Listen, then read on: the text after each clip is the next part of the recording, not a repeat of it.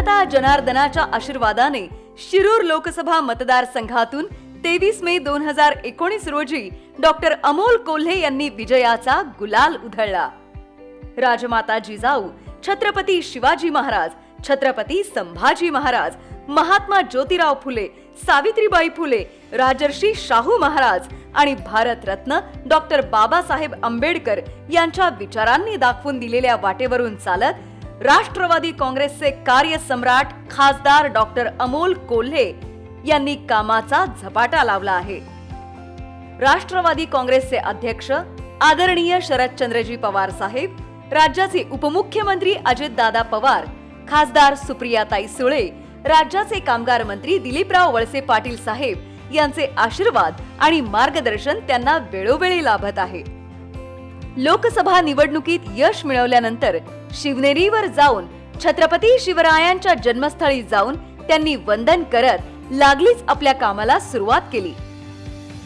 I consider myself fortunate to represent constituency like Shirur, where birthplace of Chhatrapati Shivaji Maharaj, Fort Shivneri is located. As we all know, Chhatrapati Shivaji Maharaj was the only king who was not born as a king, who never betrayed anyone to become a king, who sworn himself as a king, and when he passed away till that time he was a king. None of the great 17s in the world stand on this criteria. और इसीलिए न कि महाराष्ट्र न कि देश बल्कि विश्व के शिव भक्तों के लिए किले शिवनेरी एक तीर्थ स्थल से कम नहीं है। मेरी दरख्वास्त है टूरिज्म सर्किट के तहत शिवनेरी के तले एक शिव सृष्टि का निर्माण किया जाए जो छत्रपति शिवाजी महाराज का स्मारक हो। लोकसभा निवडणुकीच्या काळात कळीचा मुद्दा ठरलेल्या पुणे नाशिक महामार्गावरील वाहतूक कोंडीचा प्रश्न तातडीने हाती घेतला। नारायणगाव, खेडघाट, आळेफाटा, कळंब, मंचर, राजगुरुनगर या बायपास रस्त्यांची कामांची टेंडर प्रक्रिया सुरू करण्यासाठी सातत्याने पाठपुरावा करून केंद्र सरकारची मंजुरी मिळवली।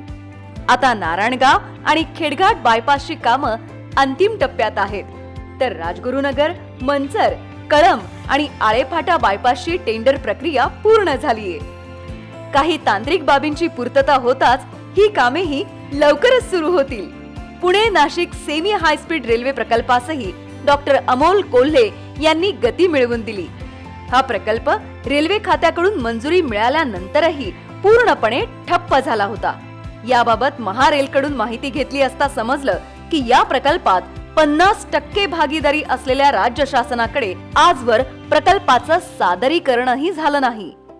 डॉक्टरांनी स्वतः या प्रकल्पाचा अभ्यास केला, त्यातील अडचणी समजून घेतल्या आणि उपमुख्यमंत्री अजितदादा पवार यांची भेट घेऊन या प्रकल्पाचे सादरीकरण केले। यावेळी अजितदादांनी तत्काळ या प्रकल्पास तत्वतः मान्यता देत हा प्रस्ताव कॅबिनेटमध्ये मंजुरीसाठी ठेवण्याचे आदेशही दिले। लवकरच त्याला राज्याची मंजुरी मिळेल असा विश्वास आहे। नाशिक फाटा ते चांडोली या टप्प्यातील मार्गाच्या 6 पदरीकरणाचे काम पिंपरी चिंचवड महानगरपालिकेच्या हद्दीतील भूसंपादन रखडल्याने ठप्प झाले होते। त्यामुळे या रस्त्याचे नाशिक फाटा ते मोशी आणि मोशी ते चांडोली असे 2 भाग करण्याच्या प्रस्तावाला मंजुरी द्यावी असा केंद्र सरकारकडे आग्रह धरला। त्याला केंद्राने मंजुरी दिली असून मोशी ते चांडोली या टप्प्याची 650 कोटी रुपयांची निविदा प्रक्रिया नुकतीच सुरू झाली आहे। नाशिक फाटा ते मोशी या टप्प्यातील भूसंपादन प्रक्रिया लवकरात लवकर सुरू करण्याबाबत डॉक्टरांचा पाठपुरावा सुरू झाला आहे। तळेगाव चाकण शिक्रापूर या राष्ट्रीय महामार्गाचा दर्जा मिळालेल्या रस्त्याच्या तळेगाव ते चाकण या टप्प्यातील मार्गाचे उपलब्ध असलेल्या लांबीत रुंदीकरण करण्यासाठी निधी मंजूर झाला आहे।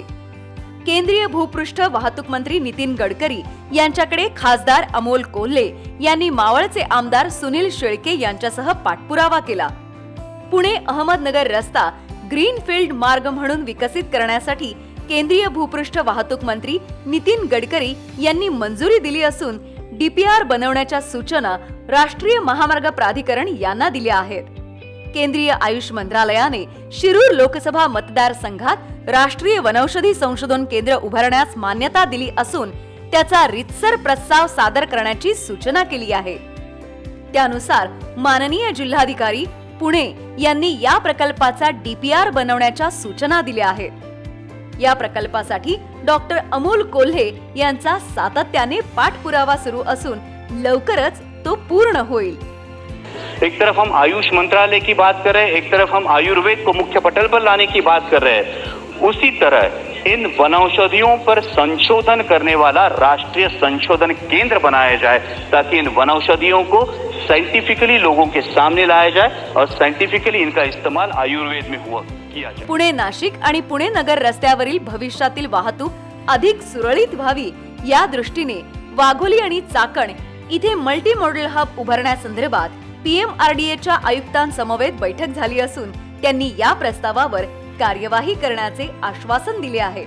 त्याचाच एक भाग म्हणून पुणे नगर रस्त्यावरील वाहतुकीचा प्रश्न सोडवण्यासाठी कॉम्प्रिहेन्सिव्ह मल्टी मॉडेलचे प्रेझेंटेशन उपमुख्यमंत्री अजितदादा पवार यांच्याकडे नुकतेच पार पडले आहे। त्याचा पाठपुरावा सुरू असून लवकरच यावर सकारात्मक निर्णय होईल। महाराष्ट्राच्या अस्मितेचे व समृद्ध ग्रामीण संस्कृतीचे प्रतीक असणारी बैलगाडा शर्यत सुरू करण्यासाठी डॉक्टर अमोल कोल्हे सातत्याने पाठपुरावा करीत आहेत। संसदेच्या प्रत्येक अधिवेशनात सभागृह आणि सभागृहाबाहेर देखील डॉक्टर कोल्हे पाठपुरावा करीत असून लवकरच शिरूर लोकसभा मतदारसंघात बैलगाडा शर्यतीचा थरार अनुभवायला मिळेल। बैलगाड़ा जो बुलक कार्ट रेस के बारे में हम हमेशा बोलते हैं, क्योंकि इसके लिए जो बैल इस्तेमाल होते हैं, ये खिलार बैलों की पैदाइश ड्राउट अफेक्टेड एरियाज में होती है, जो वेस्टर्न महाराष्ट्र में बेचे जाते हैं, और इससे न कि सिर्फ नेशनल बल्कि इंटरनेशनल टूरिज्म को भी बढ़ावा मिल सकता है। अंत में इतना ही महामहिम राष्ट्रपति जी के अभिभाषण में पशुधन के बारे में, पशुधन के विकास के बारे में, उनके आरोग्य के बारे में बात कही गई है। इसी मामले में एक बहुत अहम मुद्दे पर मैं ध्यान आकर्षित करना चाहूंगा, जो महाराष्ट्र से लेके, और वो है बुलक कार्ट रेस या बैलगाड़ा शर्यत जिसे हम कहते हैं। The tradition is for more than 400 years, which is facing ban since 2011. Bull, though it's a domestic animal, was included in government gazette as protected animal, and that's why there was a ban on bullock cart racing. But let me tell you, sir, bullock cart racing is not only a means of entertainment, but it could be a potential source to strengthen the rural economy. क्योंकि इसमें न सिर्फ बैलगाड़ा मालिक शामिल होते हैं, बल्कि इसमें छोटे बड़े व्यापारी जो होते हैं, तो आइस फ्रूट बेचने वाले से लेके भेल बेचने वाले से लेके ट्रांसपोर्टेशन वाले तक, ये रूरल इकोनॉमी को बहुत बड़ा स्ट्रेंथन करने वाला मुद्दा बन सकता है। ऐसा मेरा अनुमान है, ऐसा मेरा मानना है। शिवसंस्कार सृष्टी, भक्ती शक्ती कॉरिडॉर आणि मतदारसंघातील पर्यटन विकास यावर राज्याचे पर्यावरण आणि पर्यटन मंत्री आदित्य ठाकरे यांच्याशी चर्चा झाली आहे। शिवसंस्कार सृष्टीचं प्रेझेंटेशन तयार झालं असून उपमुख्यमंत्री अजितदादा पवार यांच्याकडे त्याचं सादरीकरण नुकतंच पार पडलं आहे। शिवनेरी किल्ल्यावर रोपवे बनवण्यासाठी 2-3 जागांची पाहणी झाली असून DPR बनवण्याचं काम सुरू आहे। वाघोली ते रांजणगाव आणि नाशिक फाटा ते चाकण, त्याचप्रमाणे स्वारगेट ते लोणी काळभोर मेट्रोसाठीचा प्रस्ताव पालकमंत्री अजितदादा पवार यांनी स्वीकारला असून पुणे मेट्रो व PMRDA यांना PPP तत्वावर DPR तयार करण्याच्या सूचना दिल्या आहेत। अष्टविनायक जोडणाऱ्या रस्त्याच्या कामातील अडथळे दूर करून या कामांना गती देण्यात डॉक्टर कोल्हे यांना यश आलं असून ही कामं प्रगतीपथावर आहेत। कोविड-19चा प्रादुर्भाव रोखण्यासाठी लॉकडाऊन जाहीर झाल्यानंतर गेल्या 7 महिन्यात कामाचं स्वरूप बदललं आहे। सुरुवातीला लॉकडाऊन मध्ये अडकलेल्या जुन्नर, आंबेगाव, खेड, शिरूर हवेली, भोसरी आणि हडपसर या ठिकाणी गोरगरिबांना धान्य किट्स तसंच कम्युनिटी किचनद्वारे अन्न पाकिटांचं वाटप जगदंब प्रतिष्ठानच्या माध्यमातून करण्यात आलं। जगदंब प्रतिष्ठानच्या माध्यमातून शिरूर लोकसभा मतदारसंघात ग्रामीण रुग्णालय, प्राथमिक आरोग्य केंद्रातील डॉक्टर, परिचारकांसह आरोग्य कर्मचारी तसंच पोलीस, महसूल कर्मचारी, शिक्षक, आशा कार्यकर्त्या यांना मास्क, हँड ग्लोव्ज, सॅनिटायझर आदींच्या वैद्यकीय किट्सचं वाटपही करण्यात आलं। सर्वात महत्त्वाचं म्हणजे एप्रिल-मे या काळात कोटा राजस्थान इथं अडकलेले 2000 विद्यार्थी, बंगलोर इथं अडकलेले 300हून अधिक व्यक्ती, माउंट अबू इथं अडकलेले पर्यटक यांना राज्यात परत आणण्यासाठी डॉक्टर कोल्हे यांनी राज्य सरकारकडे पाठपुरावा केला। त्यामुळे महाराष्ट्राबाहेर अडकलेल्यांना राज्यात परत आणण्यात यश आलं। युक्रेन, रशिया, कझाकिस्तान, फिलिपिन्स इथे अडकलेले महाराष्ट्रातील हजारो विद्यार्थी, कतार आणि सौदी अरेबिया इथे अडकलेले महाराष्ट्रीयन नोकरदार यांसह इतर अनेक देशांमध्ये अडकून पडलेल्या आपल्या बांधवांना भारतात परत आणण्यासाठी परराष्ट्र मंत्री एस जयशंकर आणि राज्याचे मुख्यमंत्री आणि उपमुख्यमंत्री यांच्याशी सातत्याने पत्रव्यवहार आणि पाठपुरावा केला. त्यामुळे हजारो विद्यार्थी नोकरदार आपल्या महाराष्ट्रात परतू शकले. कोविड-19 आढावा बैठकांना नियमित उपस्थिती. या बैठकीत आरोग्य यंत्रणा योग्य पद्धतीने राबवली जावी यासाठी अभ्यासपूर्ण मुद्दे उपस्थित केले. औषधांच्या किमती कमी करण्यासाठी आवाज उठवल्याने फॅबिफ्लू टॅबलेटची किंमत 70 रुपये इतकी कमी करण्यात महत्वाची कामगिरी बजावली.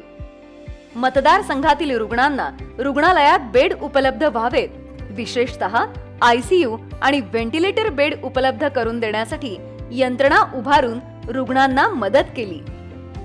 ग्रामीण भागातील प्राथमिक आरोग्य केंद्र, ग्रामीण रुग्णालयांना हायफ्लो नोझल सारख्या उपकरणांचे वाटप केले. कोविड-19 बाबत जनजागृती करण्यासाठी वेळोवेळी फेसबुकसह सोशल मीडियावरून प्रचार आणि प्रसार करण्यास पुढाकार घेतला. जनतेचा विश्वास सार्थ ठरवण्यासाठी डॉक्टर अमोल कोल्हे सदैव कार्यरत आहेत. हा आपला माणूस आहे, कामाचा माणूस आहे. डॉक्टर अमोल कोल्हे म्हणजे आपला खासदार. कामगिरी दमदार.